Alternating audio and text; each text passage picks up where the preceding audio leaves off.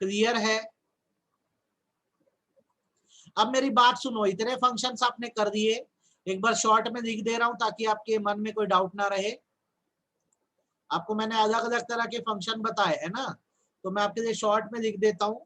मैंने आपको जब फंक्शंस पढ़ाए हैं तो मैंने आपको प्राइमरी फंक्शंस पढ़ा दिए हैं। प्राइमरी फंक्शन मैंने आपको दो पढ़ाए हैं, एक्सेप्टिंग द डिपॉजिट, दूसरा ग्रांटिंग लोन। ये मैंने आपको पढ़ाया है यार, आपको समझ भी आया। फिर मैंने आपको सेकेंडरी फंक्शन बताए हैं। सेकेंडरी फंक्शन बताया मैंने आपको, क्या क्या बताया, एक ओवरड्राफ्ट बताया है और दूसरा डिस्काउंटिंग बताया। इतना मैंने आपको फंक्शंस बताए हैं बैंक के। अभी मुझे आपको आगे सुनना मेरी बात को, एजेंसी फंक्शन बताना है और मिसलेनियस फंक्शन बताना है।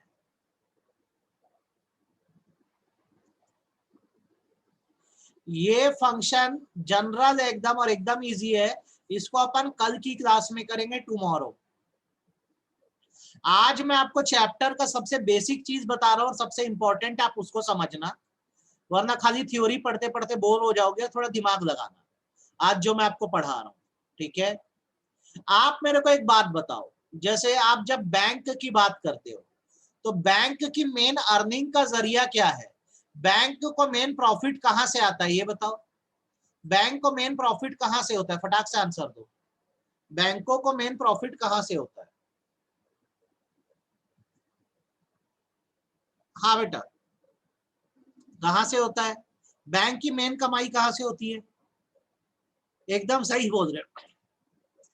बैंक की जो मेन कमाई है वो कहां से होती है? लोन देने से। जब बैंक लोन देती है तो जितना वो लोन दिए पूरा मेन अमाउंट भी वापस होता है और साथ साथ ब्याज मिलता है, इंटरेस्ट मिलता है। बैंक की मेन कमाई का जरिया यही है, ठीक है? बैंक की कमाई का मेन जरिया यही है। अब लोन देने के लिए बैंकों को पैसा कहां से मिलता है ये बताओ। बैंक को आज लोन देना है तो उसको पैसे कहां से मिल रहे हैं? बैंक को अगर आज लोन देना है तो उसको पैसे कहां से मिल रहे हैं? हमसे मिल रहे हैं एज अ डिपॉजिट, मतलब हमारे डिपॉजिटेड पैसे को ही वो लोन पर देता है और उससे बैंक की कमाई होती है। तो बेसिकली इस पूरे टर्म को हम ना मनी क्रिएशन बोलते हैं या क्रेडिट क्रिएशन बोलते हैं। मेरी बातों को थोड़ा ध्यान से सुनना। मनी क्रिएशन या क्रेडिट क्रिएशन का मतलब होता है how a bank creates credit, credit मतलब लोन, फ्रॉम आवर डिपॉजिट। किस तरह से बैंक हमारे जमा पैसे से लोगों को लोन देता है, इस पूरे प्रोसेस को मनी क्रिएशन या क्रेडिट क्रिएशन कहते हैं। पूरे बैंकिंग चैप्टर में सबसे ज्यादा क्वेश्चन इस एरिया से आते हैं और थोड़ा टेक्निकल है, तो आवाज कट रही होगी तो डिस्कनेक्ट करके रिकनेक्ट कर देना, क्योंकि मनी क्रिएशन को बहुत डिटेल में आपको मैं सिखा रहा हूं और आप अच्छे से समझो। थोड़ा बहुत समझ आया मोटा मोटा मनी क्रिएशन या क्रेडिट क्रिएशन क्या है? एक तरीका जिससे बैंक हमारे डिपॉजिट या जमा पैसे से लोगों को लोन देने का काम करता है, इसको मनी क्रिएशन या क्रेडिट क्रिएशन कहते हैं। ठीक है, मैं बैंक में पैसा जमा किया, मेरे ही पैसे को बैंक उठाकर क्या करता है, लोन पे किसी को दे देता है, और इसी को क्रेडिट क्रिएशन या मनी क्रिएशन बोलते हैं। अब मैं आपको पूरा टॉपिक सहित समझा रहा हूं और एक एक बात मैं जो बोल रहा हूं अच्छे से सुनना, समझना मैं जो आपको बोल रहा हूं। मैं यहाँ पे टॉपिक का नाम लिख रहा हूं और मैं बता रहा हूं आपको, बहुत ही ज्यादा इंपॉर्टेंट टॉपिक है मनी क्रिएशन, और इसको बोलते हैं क्रेडिट क्रिएशन। मतलब बैंक कैसे, क्रेडिट मतलब लोन होता है ना, याद रखना, कैसे लोन क्रिएट करता है बैंक, तो इसकी मीनिंग लिख देते हैं। It is a process by which bank creates credit in far excess of money deposited, in far excess of money deposited. ये एक ऐसा प्रोसेस है जिससे बैंक लोन क्रिएट करता है, क्रेडिट क्रिएट करता है डिपॉजिटेड पैसों से। जितना पैसा डिपॉजिट करे उससे ज्यादा वो लोन देने की ताकत रखता है। अब कैसे, ये बातों को समझना। पहले बताओ क्रेडिट क्रिएशन का मतलब समझ आया कि नहीं। एक ऐसा प्रोसेस है जिससे बैंक क्या करता है, आपके जमा पैसे से लोगों को लोन देता है। ठीक, ये बात समझ आई कि नहीं है, पहले तो ये बता दो। अब कैसे करता है ये चीज, थोड़ा सा ध्यान से सुनना और एकदम अच्छे समझना। जब आप क्रेडिट क्रिएशन की बात करते हैं, आप बोलते हो कि बैंक लोन क्रिएट कर रहा है, तो इसमें दो मेन अजम्पशन है वो जो आप ध्यान रखोगे। और जब आप मनी क्रिएशन या क्रेडिट क्रिएशन पढ़ रहे हो तो ये दोनों अजम्पशन आपके दिमाग में होने चाहिए। सबसे पहला, the entire commercial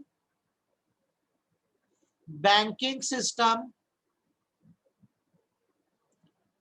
is one unit. आप जब ये पढ़ रहे हो मनी क्रिएशन या क्रेडिट क्रिएशन, पहला अजम्पशन आपका ये होगा कि अलग अलग बैंक है ही नहीं देश में, केवल एक ही बैंक है और सारे पैसे का लेन देन एक ही बैंक से हो रहा है। मतलब ऐसे तो आप बोलते हो देखो एसबीआई एक बैंक है, एचडीएफसी एक बैंक है, ठीक है, आप बोलते हो एक्सिस एक बैंक है, बैंक ऑफ बड़ौदा एक बैंक है, लेकिन यहाँ पे मनी क्रिएशन के अजम्पशन में जितने भी बैंक हैं वो सिर्फ एक यूनिट है, सिर्फ एक ही है, अलग अलग नहीं मानना है बैंक को, सारे बैंक देश के एक है। ये पहला अजम्पशन हो गया। आपको अजम्पशन समझ आया कि नहीं? आप बैंकों को अलग नहीं समझोगे, सारा बैंकिंग सिस्टम एक है। पहले बताओ ये बात समझ आई कि नहीं है? हाँ या ना बोलो, बस हाँ या ना बोलो फटाफट। देश के सारे बैंक एक है, ये पहला अजम्पशन। दूसरा अजम्पशन जो आप इसको पढ़ते समय लगाएंगे, मैं बोल रहा हूं अजम्पशन है, केवल एक सोच है। दूसरा अजम्पशन जो आप लगाएंगे वो ये है कि all receipt and payment are routed through bank account। Banking system से कैश लीक ही नहीं होगा, कैश बाहर ही नहीं निकलेगा, पैसा आएगा भी तो बैंक अकाउंट में आएगा और पेमेंट भी होगी तो बैंक अकाउंट से ही होगी। ये दूसरा अजम्पशन है आपका। मतलब ये है कि अगर मैं आज बैंक में पैसा डालूं तो मेरे अकाउंट में पड़ा रहेगा ये पैसा, और बैंक किसी को लोन पे देगा तो सामने वाले के अकाउंट में पैसा जाएगा, कैश किसी के हाथ में नहीं आना है। मैं अभी डिपॉजिट कर दूं पैसा तो मेरे अकाउंट में डिपॉजिट हुआ, बैंक जब इसे किसी को लोन पे देगा तो हाथ में कैश नहीं देगा, ये पैसा सामने वाले के अकाउंट में जाके जमा होगा। मतलब बैंकिंग सिस्टम से पैसा बाहर नहीं निकल रहा है, लोगों के हाथ में कैश नहीं आ रहा है। जब भी क्रेडिट क्रिएशन या मनी क्रिएशन पढ़ो, दो अजम्पशन से पढ़ो। सारा बैंकिंग सिस्टम एक ही है, सारे बैंक एक है, और बैंक अकाउंट से पैसा कहीं जा ही नहीं रहा है। मेरे अकाउंट से आपके अकाउंट में जाएगा, आपके अकाउंट से किसी और के अकाउंट में जाएगा, पर पैसा बैंक के अंदर ही घूमता रहेगा, ये बैंक से बाहर नहीं निकलेगा पैसा। पहले बताओ ये दो अजम्पशन समझ आए कि नहीं है? हाँ या ना बताओ सभी लोग, दोनों अजम्पशन समझ आए कि नहीं है? किसी को कुछ पूछना है तो मेरे को बताओ सर ये बात नहीं समझ आई।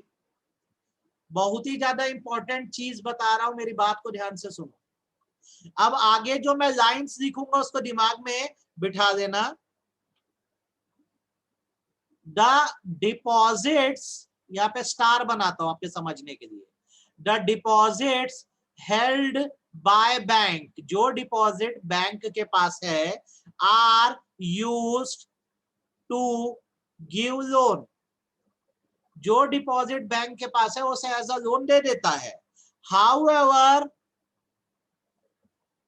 Bank can not use whole of deposit for loan purpose. It has to compulsorily maintain a minimum fraction of amount as reserve,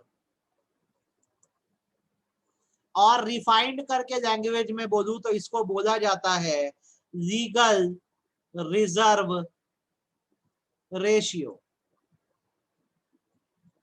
bracket में LRR। मैं आपको क्या बोलना चाह रहा हूं, मेरी बात को एग्जांपल से समझो।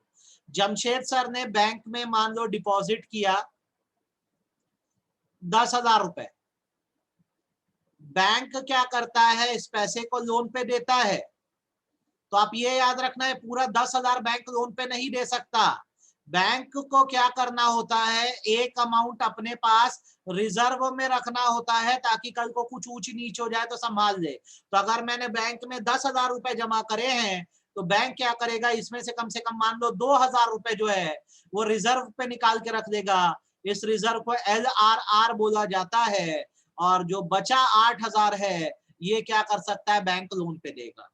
तो आप बताओ, ऐसा रिजर्व निकालना सही है कि नहीं है? ऐसा रिजर्व निकालना सही है कि नहीं है?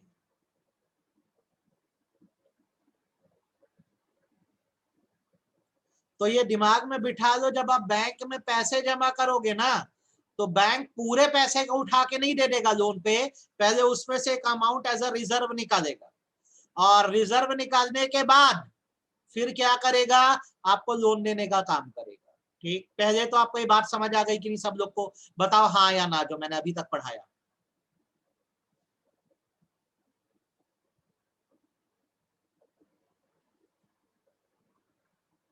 आ गया?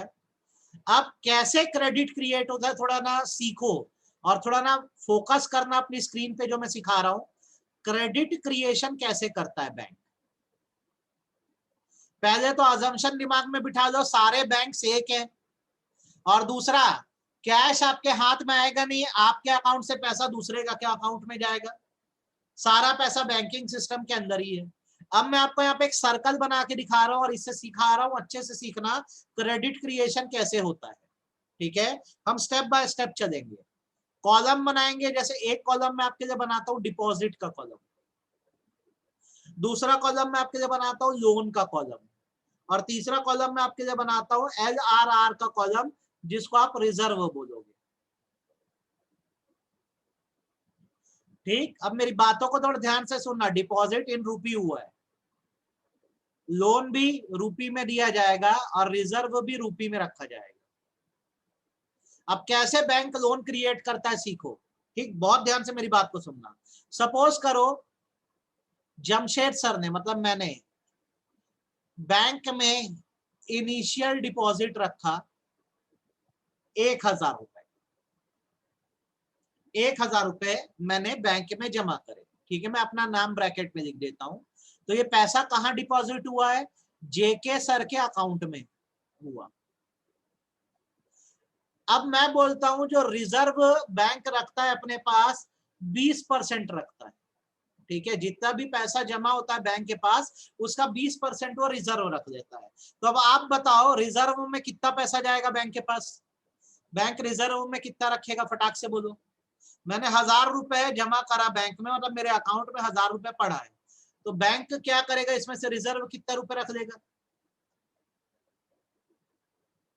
बैंक रख लेगा रिजर्व 200 रुपए। ठीक बात है। अब बैंक के पास कितना बचा? 800 रुपए। तो इस 800 रुपए को बैंक क्या करेगा, लोन पे देगा। 800 रुपए बैंक क्या करेगा, लोन पे देगा। तो अब सपोज करो 800 रुपए लोन पे दिए जा रहे हैं आदित्य को। तो ये पैसा आदित्य को कैश में दिया गया कि ये पैसा आदित्य के अकाउंट में जाएगा, ये बताओ। ये पैसा आदित्य को कैश मिल रहा है कि आदित्य के अकाउंट में जा रहा है?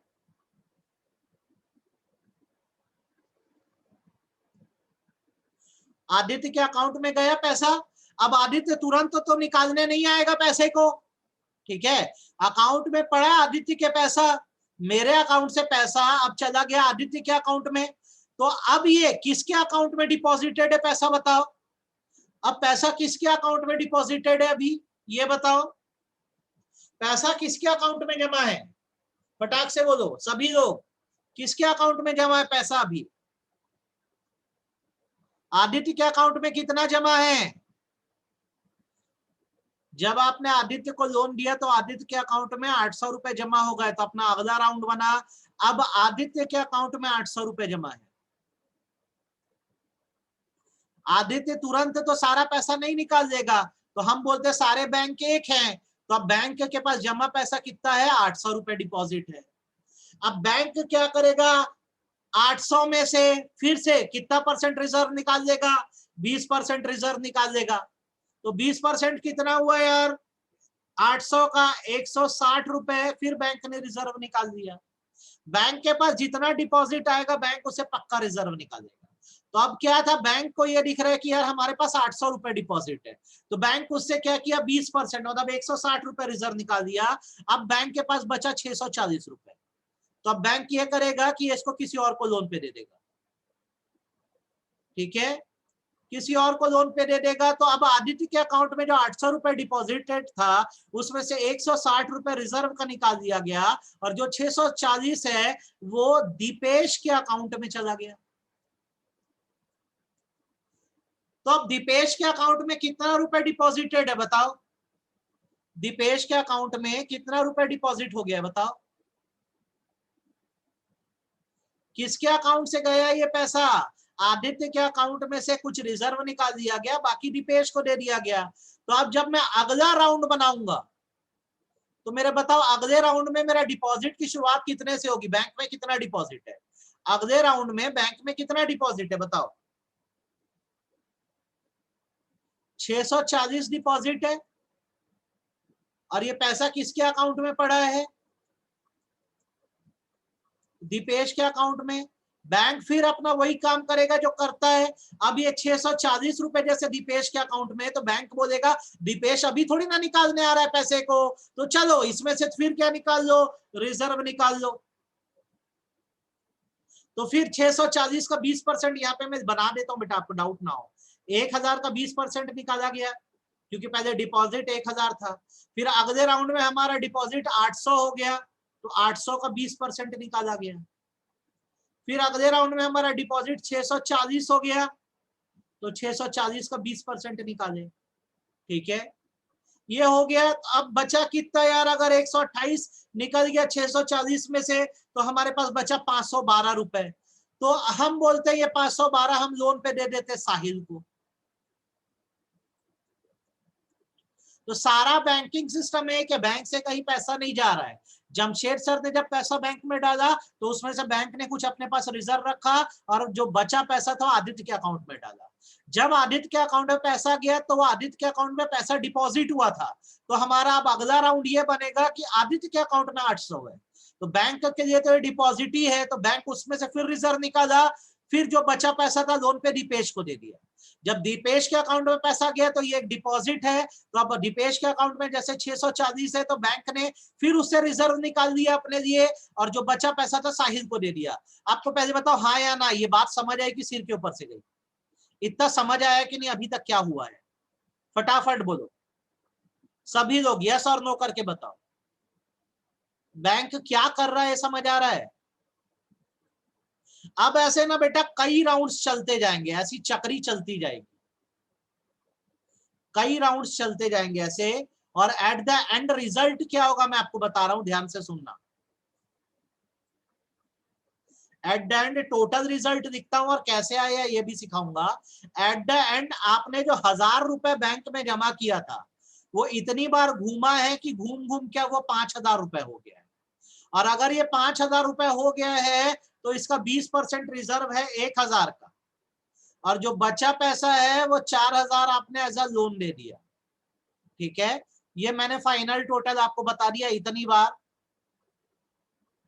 कभी ऐसा नहीं होता आदित्य कैसे 1000 मांगेगा, उसका मेरे पास 1000 था ना, जमशेद सर ने 1000 जमा किया था, उसमें से 200 रुपए बैंक ने रिजर्व रखा, आदित्य के 800 रखा। आप ये पूछो अगर आदित्य ने 800 रुपए मांग दिया भी तो क्या होगा? तो अगर मांग दिया तो ठीक है ना, कोई और होगा वो पैसा जमा किया होगा, तो उसके पैसे को अपन चला देंगे। तो बैंक की कैपेबिलिटी देखो, काबिलियत देखो, बैंक के पास 1000 रुपए आया था, 1000 रुपए को उसने इतनी बार घुमाया अकाउंट में कि वो मल्टीप्लाई होके कितना हो गया, 5000 रुपए हो गया। इस 5000 रुपए में से उसने क्या किया, 1000 बैंक ने अपने पास रिजर्व रखा और 4000 लोन पे दे दिया। आपको मेरी बात समझ आई कि सिर के ऊपर से गई? ये टेबल समझ आया कि नहीं आया? हाँ या ना बता दो बस, ये टेबल समझ आया कि नहीं आया? अब ऊपर देखो डेफिनेशन पढ़ के आपको क्या डेफिनेशन दिखाया हूं। It is a process by which bank create credit in far excess of money deposited. जितना आप इनिशियली पैसा डिपॉजिट करते हो उससे बहुत ज्यादा बैंक क्या लोन क्रिएट कर देता है। आपने तो 1000 रुपए जमा किया था, बैंक ने उससे कितना लोन क्रिएट कर दिया, 4000 रुपए का लोन क्रिएट कर दिया। ये है मनी क्रिएशन का कंसेप्ट। और इसको कैसे मैंने ग्रैंड टोटल किया मैं ये बता दे रहा हूं। हम कभी भी जब क्रेडिट क्रिएशन करते हैं तो एक फॉर्मूला लगाते हैं, इस फॉर्मूले को बोला जाता है मनी मल्टीप्लायर। इस फॉर्मूले को बोला जाता है मनी मल्टीप्लायर या क्रेडिट मल्टीप्लायर। ठीक है, फॉर्मूला होता है 1 डिवाइडेड बाय LRR। LRR का मतलब आप समझते हो, लीगल रिजर्व रेशियो। ठीक है, कैसे वर्क करता है मैं आपको सिखा रहा हूं। ये एग्जाम में 5-5 नंबर के क्वेश्चन आते हैं। ये जो ऊपर टेबल बनाया है ना, इसी से मैं आपको इसको बनाना सिखा देता हूं। देखो सीख लो, बहुत आसान है। Jamshed sir deposited ₹1000 in bank. ठीक है, and the LRR of bank is 20%। Bank कितना रिजर्व रखता है, 20% रखता है। You are required to calculate, ध्यान से सुनना, मनी मल्टीप्लायर। आप क्या कैलकुलेट करके बताओ, मनी मल्टीप्लायर। मनी मल्टीप्लायर का मतलब हिंदी में भी लिख देता हूं, आपका डिपॉजिट कितने टाइम इंक्रीज हुआ, कितने टाइम्स इंक्रीज हुआ। आपका डिपॉजिट कितने टाइम्स इंक्रीज हुआ, ये मनी मल्टीप्लायर है। दूसरा आपको कैलकुलेट करना है टोटल डिपॉजिट। अब बैंक के पास टोटल डिपॉजिट कितना है, तो अब देखो सॉल्यूशन कितना आसान है, एक बार में तुमको समझ आएगा। 5 नंबर के क्वेश्चन एग्जाम में आते हैं ये। गिवन, जमशेद सर ने बताओ इनिशियल डिपॉजिट कितना रखा है बैंक में। जमशेद सर ने इनिशियल डिपॉजिट बैंक में कितना रखा है बताओ, फटाक से बोलो। जमशेद सर का कितना डिपॉजिट है बैंक में? 1000 रुपए जमशेद सर ने बैंक में जमा करके रखा। बैंक बोलता है बैंक रिजर्व रखेगा, कितना रिजर्व रखेगा यार, तो बैंक बोल रहा है कि वो रिजर्व रखेगा 20%। बैंक बोल रहा है रिजर्व रखेगा 20%। ध्यान से सुनना, पहले पूरी बात को समझ लेना। बैंक बोल रहा है वो रिजर्व रखेगा 20%। अच्छा, मैं 20% को 0.2 भी तो बोल सकता हूं, 20% को 0.2 भी बोल सकता हूं। सही बात है गलत बात है? 20/100 कटा कटा कटा 0.2 भी तो बोल सकता हूं, बोल सकता हूं। अब ध्यान से सुनो, बात को अच्छे समझो। आप यहाँ पे फॉर्मूला डालो मनी मल्टीप्लायर का, पैसा कितने गुना बढ़ा। मनी मल्टीप्लायर का क्या फॉर्मूला, 1 डिवाइडेड बाय LRR। तो 1 डिवाइडेड बाय आपका LRR कितना है, 20% या 0.2। तो आप इसे कैलकुलेट करेंगे तो आएगा 5 टाइम्स। मतलब जब आपने बैंक में पैसा डाला तो कितना गुना बढ़ा, 5 गुना बढ़ा। तो आपका बैंक में टोटल डिपॉजिट कितना हो गया, तो आपका टोटल डिपॉजिट हो गया इनिशियल डिपॉजिट जो आपने किया था इनटू मनी मल्टीप्लायर, इतना गुना आपका पैसा बढ़ गया। तो आपने जमा किया था बैंक में 1000, अब वो बढ़ गया 5 गुना से, 5 टाइम से। तो बैंक में जो टोटल डिपॉजिट है वो कितना हो गया, 5000 का हो गया। बैंक में टोटल डिपॉजिट कितने का हो गया, 5000 का हो गया। ऐसे निकाला जाता है बेटा क्या, पैसा कितना गुना बढ़ता। जैसे यहाँ देखो मैंने टोटल लिख दिया था ना, तो ये टोटल कैसे मैंने निकाला, 1000 जमा किया तो 5000 हो गया। तो मैंने ये देखा बस कि मेरा रिजर्व कितना है, इसके बेसिस पर मैंने फॉर्मूला लगाया मनी मल्टीप्लायर का, 1/LRR। ठीक है, 5 गुना का मतलब तेरा जमा पैसा घूम घूम के अब कितना टाइम्स बैंक में हो चुका है। मैंने तो 1000 रुपए जमा किया तो वो इतने अकाउंट्स में बार बार गया, लोगों के अकाउंट में जमा होता गया कि अब वो पैसे का ग्रैंड टोटल 5000 हो गया। तो कभी भी जब आप बैंक में पैसा जमा करते हो, सारा बैंकिंग सिस्टम एक है, पैसा इतनी बार घूमता है कि वही पैसा अपने आप अपनी वैल्यू को इंक्रीज कर देता है। आप 1000 जमा करे हो, वो इतनी बार घूमेगा कि अब वो 5000 की कीमत पे हो गया। वो इंटरेस्ट नहीं है, वो सिर्फ ये बताने के लिए है कि आपका पैसा कितना इंक्रीज हुआ और आपने उससे कितना लोन लिया। मनी मल्टीप्लायर बस ये बताता है कि अगर आप बैंक में एक अमाउंट रिजर्व रख रहे हो, ठीक बात है, रिजर्व रखने के बाद भी आप कितना पैसा जो है मल्टीप्लाई कर सकते हो या बैंक से बढ़ा सकते हो। ये देख लो सॉल्यूशन, कितना आपका पैसा जो है बैंक में पड़े पड़े इंक्रीज हो जाता है या बढ़ जाता है। इसमें इंटरेस्ट वाली कोई बात ही नहीं है, बस यही बात है एग्जैक्टली।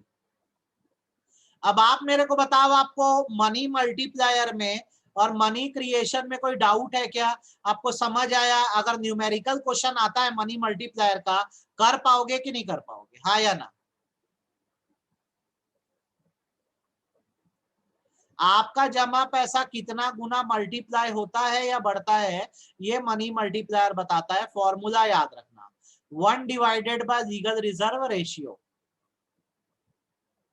ऐसा नहीं है। अब चलो एग्जांपल के तौर पे सपोज करो अपन जैसे इसको 40 टाइम्स कर देते, 40% कर देते अपने लीगल रिजर्व रेशियो को, तो पूरा आंसर ही बदल जाता है ना। 2-3 क्वेश्चन कल की क्लास में चलो बना के देखते हैं। आज तो कंसेप्ट समझ आ गया ना, कल ना पहले 2-3 क्वेश्चन इसके बना के देखेंगे। मेरा 1000 था, बैंक ने अपनी टेक्निक से उसको इतना घुमाया। आप कभी देखना, अगर एग खाते हो, अंडे को फेंटते हो तो उसका साइज बढ़ जाता है ना, एग तो एग ही रहता है। तो जब किसी चीज को बहुत चलाया जाता है तो उसकी वैल्यू बढ़ जाती है। तो सेम वही फंडा है कि आपने 1000 रुपए बैंक में जमा किया, बैंक अपना बिजनेस करता है, उसे इतने लोगों में पैसा बांटता है कि वो अपने आप इंक्रीज हो जाता है पैसा। मेरा 1000 5 गुना तक या 10 गुना तक बढ़ सकता है। बात समझ आई अजीजा, नहीं आई?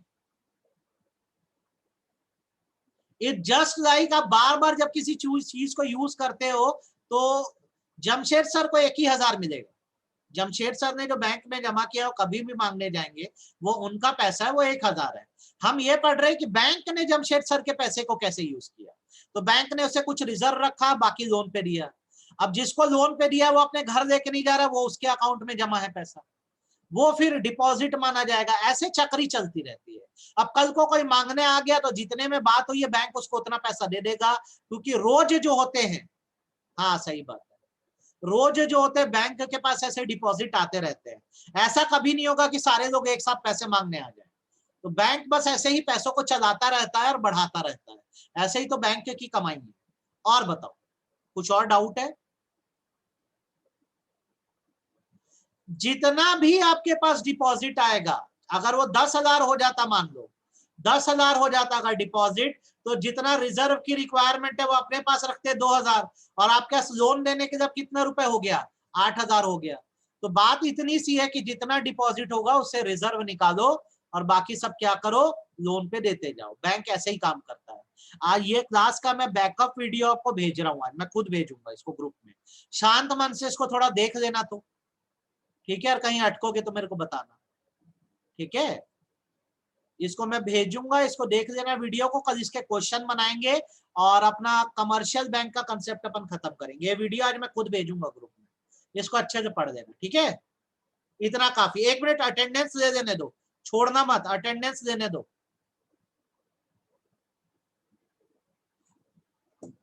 आ गया यार मेरा मोबाइल।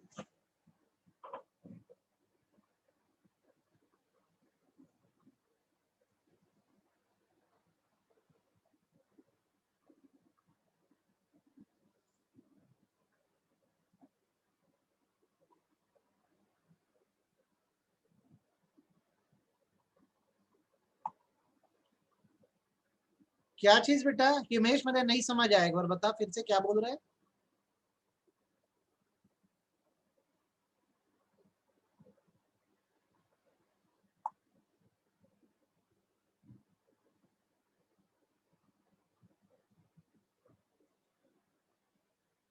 तो इकोनॉमिक्स का तो आज ही का तो बैकअप बोल रहा हूँ, भेज दूंगा। हाँ भेजूंगा ना, आज तो ग्रुप में मैं ही डालूंगा इसको। एकदम अच्छे से आप लोग सब देख देना बेटा, मनी क्रिएशन को। कोई और दिक्कत हो तो बताना।